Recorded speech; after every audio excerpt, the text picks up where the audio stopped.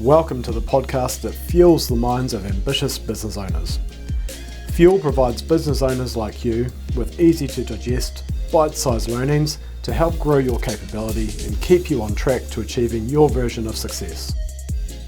Our expert speakers will draw on their own experiences and share valuable insights into areas that matter most in business.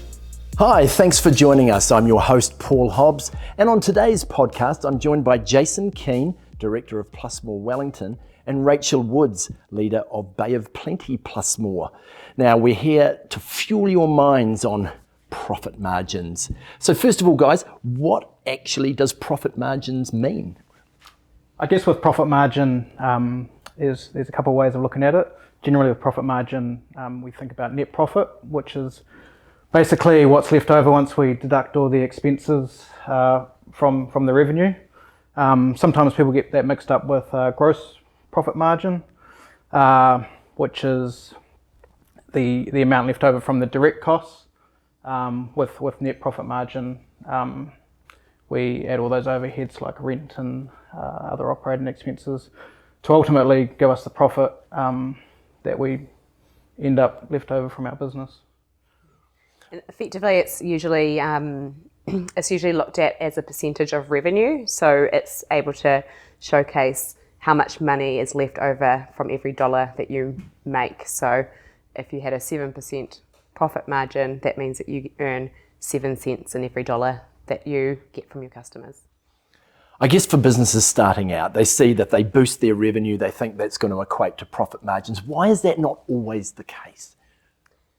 It's not always the case because sometimes people look at it from, they are too heavily focused on top line growth and then don't actually take into consideration the overhead structures that you're going to have to be able to grow that top line.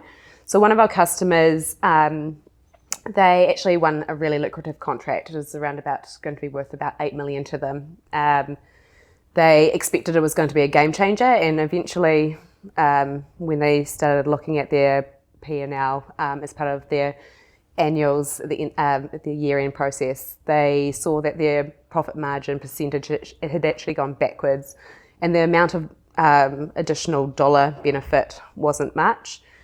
And so they were quite confused, but what happened was that they priced it based on like a finger in the air methodology, where they knew for smaller customers what the average cost was to produce that product or service, and they didn't actually take into consideration there was going to be a whole lot of compliance work associated with the job this big. So there was a whole lot of additional overheads with staff, the costs associated with compliance, a lot of stop-start to be able to actually have that compliance structure within their business. And ultimately it eroded most of the profit.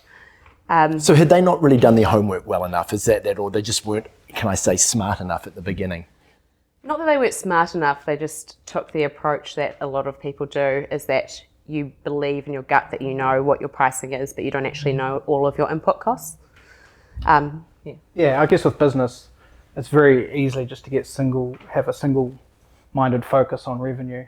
I had a similar situation with a client that owns a number of bars in Wellington, and they used to incentivize their managers of each bar purely through revenue, and that had a whole lot of kind of kick-on effects with regards to profit margin. So one bar in particular grew their revenue hugely, which I think they felt pretty happy about, but what we found was they had just spent copious amounts of money on entertainment and bands and things like that. So ultimately, although the revenue was increasing really fast within that bar in particular, the profit was actually not there. They were barely making a profit. So if you don't take both of those things into consideration, the revenue and the profit margin, you can actually get yourself into a bit of a hole. So I guess for both of your clients that you're giving examples about would have gone, oh my goodness, what's going on here? So how do you deal with that shock factor as a business operator when you think this ain't working, this isn't how it should have been? What do you do to rectify that? I guess you can't really rectify it once it's already happened. But the thing is that if you have regular engagement with your financials, then it's easier to stop, reflect, and actively change what you're doing at a faster speed rather than if you're just doing it on a yearly basis through your annuals. So by taking on a monthly, like a month-end cycle within your accounts, taking on a business partner or a business advisor to be able to actively look through your P&L and see that those margins are eroding would be a really great way to identify those red flags before it becomes too late. Is that achievable for businesses to do it that regularly, to review where you're at, like monthly or even quarterly, whatever? Yeah, absolutely. I mean, with the technology we have now, like all our numbers within the business are live, which is great because profit margin is something that kind of erodes without you even really realizing it. So, especially at the moment, right, we've got high inflation, wage costs are growing. We're seeing people's profit margins just kind of disappear without them really realizing. So if we're not measuring it and if we're not checking in with that regularly, it's one of those things that you kind of realize when you're sitting down at, a year later, like, oh heck, our profit margin's been completely stripped out. So yeah, use of technology, Xero, other products. We have live numbers. We can compare using graphs and things like that to really see the trends, because sometimes it's only a few percent you can change that can have quite a drastic effect or change in your business. So yeah, we've got great tools these days, and I'd really advise businesses to use those. I guess when you think of profits, most businesses ultimately will survive based on getting their profits in the black. How do you maintain or improve profit margins? I guess that would seem like the best bit of advice anyone could ever know. I guess there's two main approaches. Either you can look at, first of all, you're going to have to look at your cost structures. So you can look at it from a direct cost and overhead. So usually direct costs is a little bit harder to be able to control. You can have some supplier negotiations to get, you may have better buying power now, so you can get like a rebate structure where you get a supplier discount to be able to help that gross profit percentage. But then it's really looking at your overheads and seeing if there's anything that's not being efficiently used. So a lot of people start businesses, they put structures in place, and then they don't actually adapt those as their business evolves. And what was right for you when you started isn't necessarily right for you at this point of time. So that's like looking at leases. So if you've got idle space, that could be And I guess in COVID times that would be very prevalent, wouldn't it? When a lot of people have sort of vacated their office space and people are working from home. I mean, that must be quite a dynamic you have to work with. Yeah, definitely. And it's one of those things that you've got to now, in the current environment, think about if that office space is actually a cost that you need in your business, or if you are able to adapt to a more flexible environment. And I mean, a lot of it comes down to efficiency as well. So obviously every business is different. Might be a service business, might be a business which sells products. But basically with efficiency, so for example, with a service business, if you're a plumbing business and you're constantly having to do rework and fix up errors, or you're forgetting to bring stuff to site, or you've just got team members which are unmotivated and not working hard straight away, that's going to strip out your margin, because you're spending more wage costs for the revenue you're achieving. Same with the product. If it's costing you twice as much to make that widget, your profit's just going to be lower. So efficiencies within your business. So really getting your team firing, but also the use of technology. Like, technology is obviously moving really fast. There's a lot of tools out there for businesses to really improve their efficiency and productivity, to ultimately, supply that service or produce that widget for a cheap price. I think going back to your bar example, Jason, I mean, clearly by bringing bands in and more entertainment, other things, they were able to boost the revenue. So how did they get around that? Because clearly you could say by taking that all out again, they'll have fewer people in the door. So how did they find their way back from that? Yeah, so what we found is, actually it was covering a whole lot of other issues within the business. So, the manager was actually not managing the team well. They had too many people there when the bar was quiet.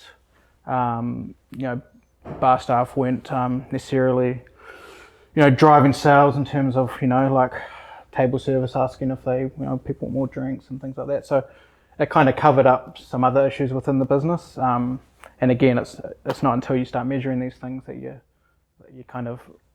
notice them or understand what's happening. Yeah. And it's Sorry, go. No. And it's not necessarily, so just because profit margins go backwards, it's not necessarily always a bad thing. So in Jason's case, it was masking a bigger problem. But often with businesses, when you're growing, you're actually going to have to go from a profit margin perspective backwards to be able to go forwards. So we've got a construction client, would be an example, where they have just taken on another yard. The yard is to be able to expand their revenue growth, and without that yard they wouldn't be able to expand that revenue growth, but they've got to take that cost up front to be able to allow themselves to get there. And so you do need to understand that what comes down may go back up, and it's to be able to understand what is that driver of that profit margin. And are there sort of strategies you need to put in place and renew those and revise them and sort of revisit them that sort of gets you there? Or it's a constantly moving thing. It's not one of those things that you can just sit and forget and the profit margin's sorted for the year. It's something you're constantly having to work at and chip away at, just to stand still, really, especially with costs rising and things like that. So it's one of those things you need to constantly be reviewing and kind of putting together new strategies and new ideas just to keep it at a similar margin, and then obviously, hopefully, start to grow that profit margin as well. Because I guess inflation rates, which don't seem to show any sign of dropping, are going to add, for some businesses, they haven't had to deal with that for a number of years, and now all of a sudden this is a new wrinkle in their equation. Yeah. And those, like you're saying, those inflation pressures are going to go away. So a lot of businesses need to now get used to the fact that they're going to have to have those difficult conversations with customers around pricing, because ultimately, if you can't take that cost out of your business, the only way to maintain your margin is actually to put your prices up. So what are the, in terms of overheads, you mentioned it before, Jason, to sort of keep looking at those overheads and sort of keep reviewing those things. That's part of this sort of monthly or at least quarterly sort of review of where you're at? Yeah, I mean, you don't want to spend every month going through, comparing your phone or power bills with every provider, But just whether it's 6 monthly or 12 monthly for those particular expenses, it's worth having a look around. But yeah, you're pretty if you're looking at things regularly, it's pretty easy to pick up anomalies within the numbers or things that stick out. And all a good reporting pack does is highlight an area that needs to be addressed. So then you can dig deeper and ultimately do something about it. Yeah. And Rachel, what about competitors? Because I guess if you've got a monopoly in the market, that's fine. But if you haven't and you've got competitors who may appear to be doing better than you, I mean, how do you assess what they do and how you could be doing it better? What's the trick around those things? Well, you've kind of got to understand what your position is in the market, because competitors are maybe doing it slightly different to you, and so you need to understand how you're positioning your business. So are you competing on a quality perspective, a service perspective, or a price perspective? So your competitors may be offering a cheaper price or not looking like they're putting up their prices, but then they might have not be offering the same quality of service. So it's really knowing yourself rather than knowing necessarily what your competitor's strategy is, and then sticking to that purpose. So if you're going for a strategy of having a high quality product, making sure you stick with that, because as soon as you start then competing in that price game, then you're ultimately going to further erode your margin. So if there was one thing that a business owner could take away on sort of how they can improve or sort of at least monitor their profit margins better, what would those takeaways be for them right now? That regular engagement with the P&L. So at least we recommend to our clients at least having a quarterly review process with us. But if you can do it on a monthly basis, even better. Often budgeting also helps with that monthly review or quarterly review, because you know where you're wanting to head and what your minimum profit margin that you're wanting to get to that year is, and then you're able to have those active conversations with your advisor around how to get there, and if there are any gaps, coming up with gap closures to be able to change the direction that you're heading for the rest of the year. That's a good point with forecasting. It's very easy just to dive into business, and like even with the regular reporting and things like that, a couple of months down the track, the erosion might have already occurred. You do something about it, you're paying a bit of catch up. If you can put a forecast into place first with those assumptions, like this, with your costs as they currently sit, and you can make some predictions as to what that profit margin is going to look at and where there might be some holes, even better. You're addressing the possible problem before it even occurs. So it's a great point. Jason, Rachel, that's great advice. Thank you very much for joining us today. Thank you for listening to Fuel. Make sure to follow Fuel wherever you get your podcasts.